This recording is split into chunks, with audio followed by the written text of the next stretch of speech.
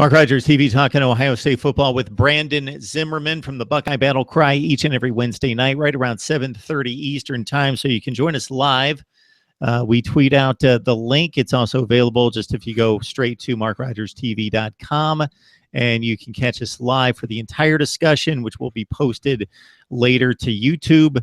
And also, if you just want to catch the audio and the entire conversation there, iTunes and Podbean, search Mark Rogers TV, or we slice it up to individual segments. And speaking of which, we're talking quarterbacks and running backs as we get you set for summer camp in August. All right, Brandon. He's been beaten to death since some midseason issues and, of course, the Clemson shutout loss. And we're talking about J.T. Barrett as we break down the quarterback situation. So what more can we say about J.T. Barrett? I just want to see him back on the field, hopefully healthy, ready to go, and confident. Do you think his issues last year were more the supporting cast from the standpoint of just nuts and bolts? They weren't performing, or do you think they got into his head and it caused him not to perform to his previous standards? I think it was a combination of a few different things with Barrett. As we've kind of talked about before, I think he never was truly mentally completely back from when he got hurt as a freshman against Michigan. He came back as a sophomore and wasn't the same JT Barrett then. So who knows how much of his horrific injury was kind of in the back of his head. Plus, he was battling with Cardell Jones. He was suddenly not the number one quarterback after Cardell took the Buckeyes to a championship game. Sophomore year was just kind of a lost season for him. He was in and out. Fast forward to his junior year, we were all kind of expecting him to go back to the JT Barrett that we all remembered as a freshman. He was going into the season as the clear-cut starter. He was going to be the man. Kind of looked good early, but like you said, I think it was a combination of a few other things that kind of came into last year.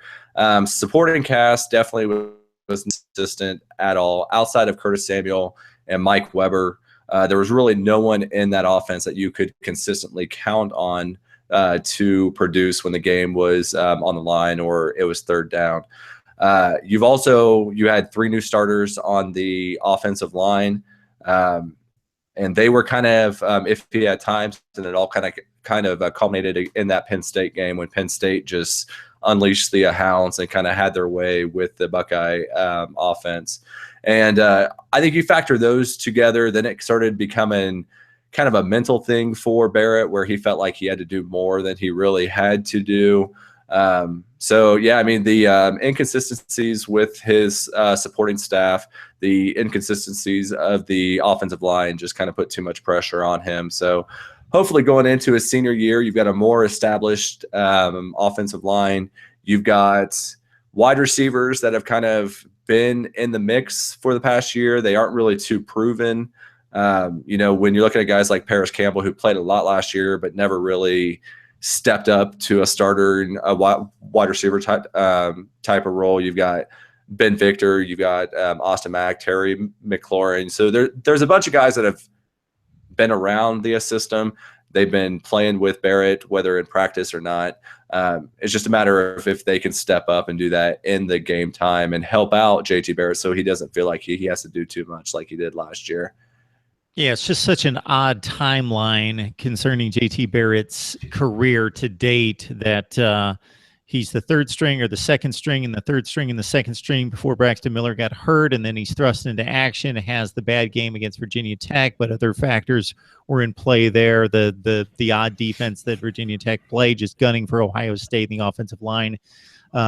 Lack of play in that game. Then he turns in what's a prolific season, arguably the most prolific season in the history of the school, and arguably the best quarterback season in college football in 2014. Then he has the horrific injury. Cardell Jones does what he does. They win the national championship. He loses the job. Speaking of Barrett, coming out the next season, Cardell doesn't play well despite winning 10 consecutive games. Barrett gets in there. Then he has the off field issue that pulls him out of a game right when he thought it appeared as though, okay, he needs this little stretch of time to get ready for Michigan State, Michigan in a possible college football playoff run, and he misses a week, and he really doesn't play well, gets few attempts because of the Michigan State stifling defense, and they bottle up Zeke, and has that one awful offensive game. But then I had hopes for 2016 coming off a really strong Michigan game. Not that he had to shoulder it offensively throwing the ball, but he had a very effective game, and also against Notre Dame. And then we see the issues that they had offensively last year, not just JT, but pretty much across the board. Joe Burrow. Well, and it's funny. Sure. I'm sorry. But with JT Barrett, it's funny because, like, even as a Buckeye fan, we kind of think of JT as having all these struggles and stuff. But when you think about it, he's reigning Big Ten Offensive Player of the Year. He's had 8,400 plus yards of combined passing and rushing as a starter, over 100 touchdowns. So, I mean, like, the guy is produced. I think right now, as Ohio State fan base, we're kind of in a golden type of era where JT Barrett, if he would have done this in early 2000s, he would be considered one of the greatest quarterbacks ever. The way we're sitting right now with the amount of offensive talent that's sitting around the Buckeyes, it's just he's kind of held to a higher standard than really any other Buckeye quarterback has. So it'll be interesting to see how he does this senior year. And as we talked about last week, I think Barrett's going to explode onto the scene this year. And while we can all agree that there are a number of factors that go into the Vegas equation, Vegas does think enough of JT Barrett to make him like a top 5 or 6 Heisman favorite at whatever he is at this point. The first time I checked it out, up until into mid-April, he was in that first 5 or 6 players gunning for a Heisman Trophy, which speaks to the system. It speaks to Kevin Wilson, Urban Meyer, and the Ohio State brand, along with what JT Barrett's accomplished in the past. So hopefully not seeing extremely meaningful action against good teams, Joe Burrow, Dwayne Haskins, but setting us up for 2018 and beyond. And again, they may play meaningful minutes. It's happened in the past, and not so distant past, that it's worked out pretty well. So I know you really like Joe Burrow and feel confident with his abilities. Yeah, I'm actually a really big Burrow fan. I know, like, most of the talk coming out of spring camp was really about Haskins and how good he looked. I think for a Urban Meyer, Kevin Wilson type of offense, I think Joe Burrow is a perfect fit. He's got the size, he's got enough arm strength, and then he's also able to actually move around in the pocket too. 4-star kid out of Ohio State and Iowa State were the two kind of battling out for Burrow there. Is a number 9 dual threat quarterback coming out. So Burrow's in limited chances has shown that he is able to move the ball downfield.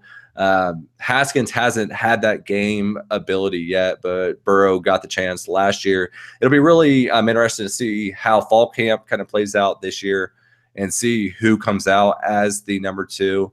I really think Burrow will hold on to that number 2 spot, but like I've mentioned before, if JT Barrett goes down, who knows who will be the starter, much like a few years ago when Barrett was the number 3 guy and Cardale Jones was the number 2 guy. Braxton Miller goes down. Barrett's actually the one that jumped up into the starting role. So it'll be interesting to see what happens. I have full confidence in Burrow and the little that I've seen of him. Spring game, he looked good too, threw for 262 yards and 3 touchdowns. So, yeah, I mean, Burrow's looked good so far in the limited chances that he's had. Would it be too much of a stereotype to say Dwayne Haskins is the more dynamic athlete, Burrow has the better grasp of the offense, is a more polished pocket passer? Well, Haskins was more of a pro-style guy coming out of high school. He was a number 7 pro-style quarterback. Everything we have heard about Haskins is how strong his arm is. I don't think he grasps the offense as much as Burrow has, just because Burrow's been in the system longer. He's a coach's son, and it just seems like when Joe Burrow has had his chance and has had a chance in the spring game, Joe Burrow just looks like he is out there, just going through the emotions and making it look good. I think Joe Burrow is a very good quarterback, and I'm anxious to see him as a starter next year. Urban Meyer has developed ties with Bishop Gorman out of Las Vegas for some exceptional football players, including one of the 2017 signees in Tate Martell. He's the fourth guy, probably going to redshirt this season, we would think. Yeah, I'm a huge Tate fan. I don't think really there's any realistic way that Tate Martell sees the field this year, just because of JT Barrett's kind of that perfect combination where he can run the ball. Because if Tate Martell was going to play as a true freshman, it was going to be more of a, quarterback, a goal line situation where he's shown even in the spring game where he can make guys miss and kind of dance in. Barrett can already do that, so it kind of wouldn't make sense to burn the red shirt on him. Going into next year, though, even with Haskins and Burrow as the perceived, number one going into next year, I don't see any way that Tate Martell doesn't at least see the field next year, even if it's just in like third and short or, third and goal type of situations where they let him use his speed and his ability for the read option to kind of get those yards. But like you said, I see him as a red shirt this year. I don't think it makes sense to burn it this year when you've got a guy like JT Barrett who's been running the read option and the quarterback draws for the past 3 years. But I mean, Tate Martell, 2016 Gatorade Player of the Year. When you think about his high school stats, it's crazy how much that kid did. He was 45-0 as a starter, combined for over 9,700 yards of total offense, over 148 touchdowns. So, I mean, the guy's got the talent. He's just kind of at a stacked depth chart right now, and I'm anxious to see what he can do when he actually gets onto the field. Mark Rogers TV talking Ohio State football each and every Wednesday night with Brandon Zimmerman from the Buckeye Battle Cry. So you can listen to the entire conversation live around 7:30 Eastern time every Wednesday night. It gets posted to YouTube. You can see it there or listen to it on Podbean or iTunes. Just search Mark Rogers TV, or we break it down into segments. So we're getting you set for August camp, breaking out each and every position. We've talked quarterbacks. Now let's move it on to the running backs. Mike Weber with a very strong season with just about 1,000 yards rushing and 9 touchdowns, I believe, off the top of my head. I don't think that at this point in his career, and of course he's just getting into his sophomore season, is he an elite back in the nation, but he's much more than serviceable. Off the top of my head, I compare him to LJ Scott, who got away to Michigan State. I think they're pretty similar type players. Your thoughts about Weber's first season? And I know that you like him to continue the progression here this fall. I think his first season was kind of frustrating for not only Buckeye fans, but probably for him. There were times where Mike Weber looked like he was one of, the top 5 backs in the Big Ten.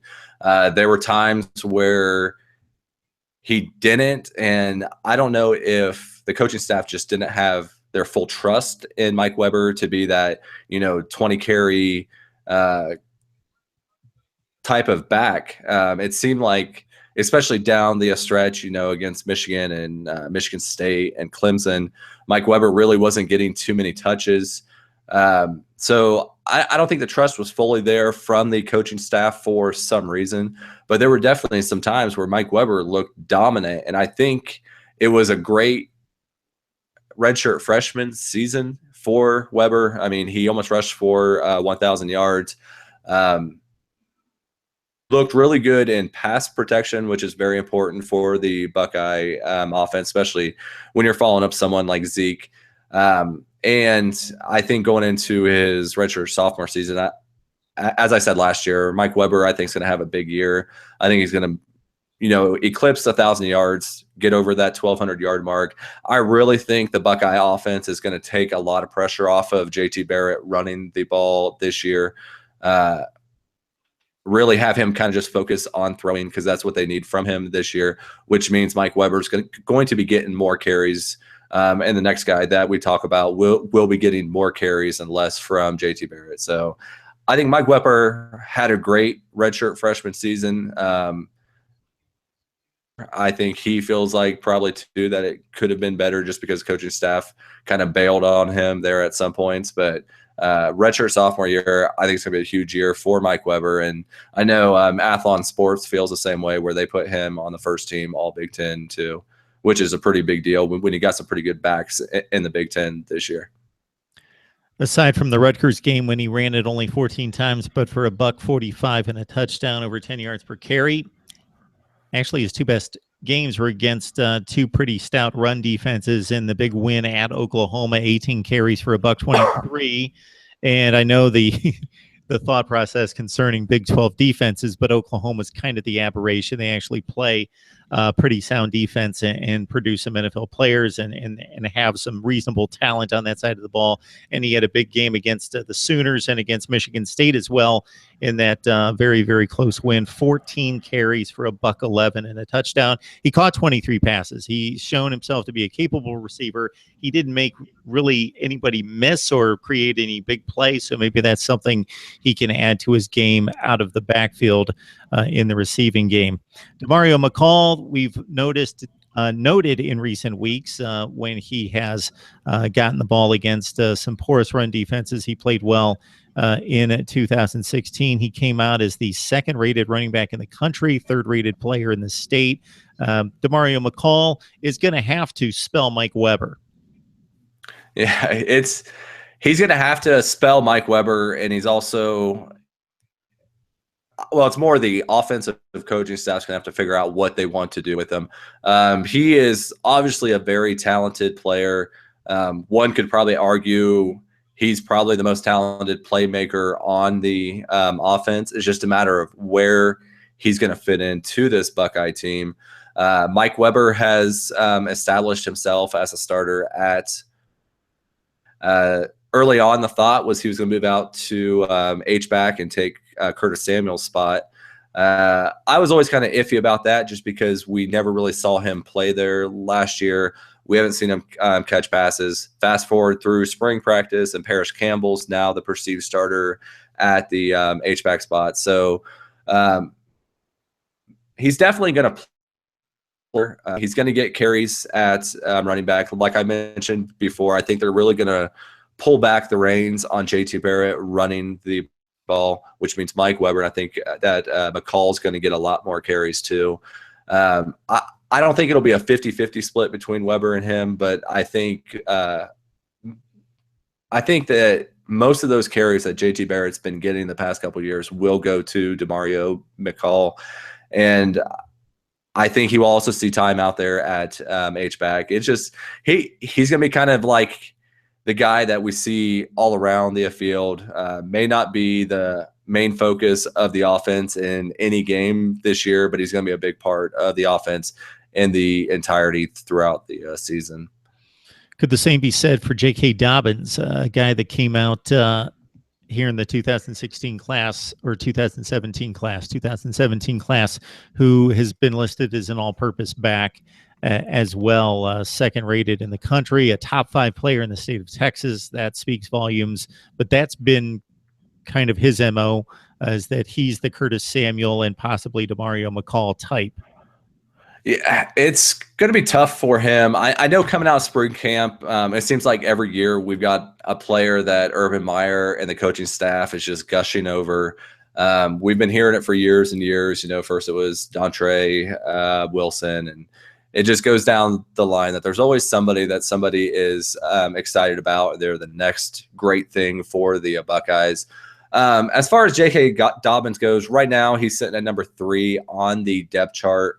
I honestly would not be completely surprised if they actually redshirted him. He is very similar to McCall as a player. I just don't know where they would find the carries, the playing time for him when you've got Mike Weber established as the one. You've got McCall, who would be a 1 on most other teams, already behind Weber. The H-back spot looks like it's pretty full there too, with guys like Paris Campbell and KJ Hill. So I know we all kind of are excited with J.K. Dobbins and how good he looked in spring practice. But I wouldn't be surprised if it's one of those things where like the coaching staff was really excited about him, but once the season actually comes along, we don't actually see him play this year. I think there's a very good possibility that Mike Weber leaves after this year if he has a good season, like I think he will, which would then slide McCall up into the starting role. J.K. Dobbins could still be a redshirt freshman. J.K. Dobbins leaves, after that next year. So I think thinking long term, I don't think it's wise, barring any injuries this year, to waste a red shirt on Dobbins, especially when you got a guy behind Dobbins who was a 4-star and another good player that isn't a true freshman, in Antonio Williams. So, I mean, they're all 4-star guys. They were all highly sought after guys. J.K. Dobbins looked good, but I wouldn't be surprised if he's redshirted this year.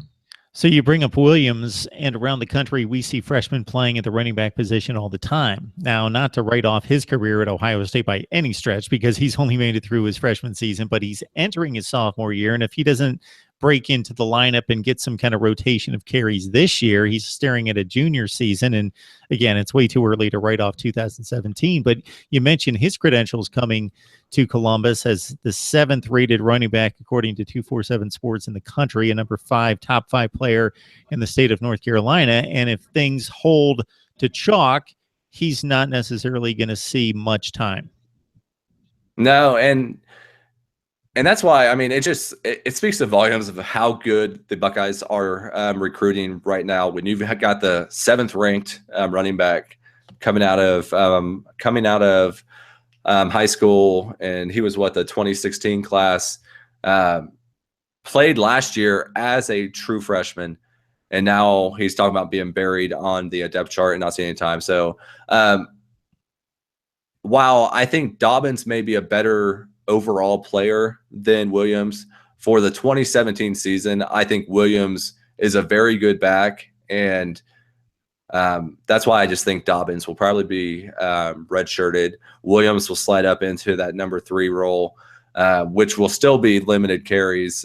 This is the big year for him, and that's why you wonder if how much the coaching staff talked about Dobbins, if it was really just a motivational tool to try to get Williams to take that next step that everyone thinks he can make going into this season.